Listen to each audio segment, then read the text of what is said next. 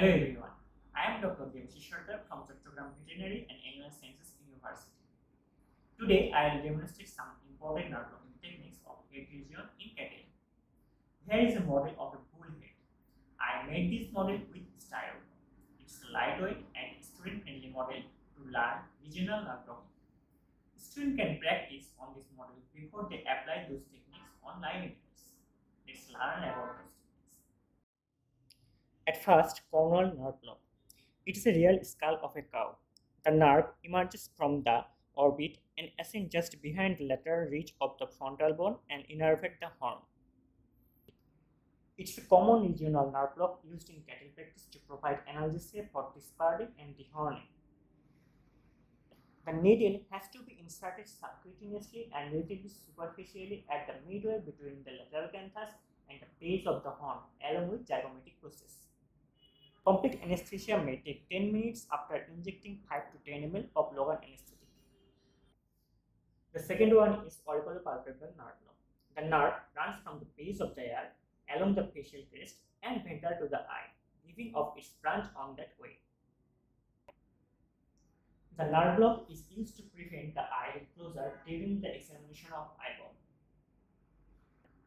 The needle has to be inserted subcutaneously and relatively superficially at the midway between the lateral canthus of the eye and temporal fossa and inject 10 ml of local anesthetic. Number 3. Infraorbital nerve block. It is used for anesthesia of upper lip and nose. Infraorbital nerve exists from the infraorbital foramen and is located rostral to the facial tuberosity on a line extending from the nasomaxillary notch to the second upper premolar. After detecting the infraorbital foramen, an amount of local anesthetic have to inject deep into the levator nasolabialis muscle to achieve anesthesia. Number 4. Retrovalvular anesthesia. It is indicated for enucleation of eyeball. Firstly, auriculopalpebral nerve block has to be given.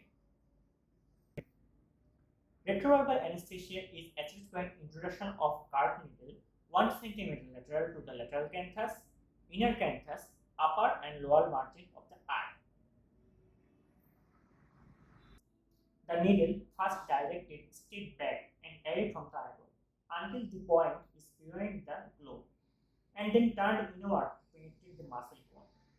When no blood is obtained after aspiration, lidocaine is deposited behind the eye. Number 5. Peterson eye block. A needle is inserted cranially within the notch formed by the joining of the zygomatic process of the frontal bone and the frontal process of the zygomatic bone. Zygomatic arch is ventrally and the cornoid process of the mandible caudally.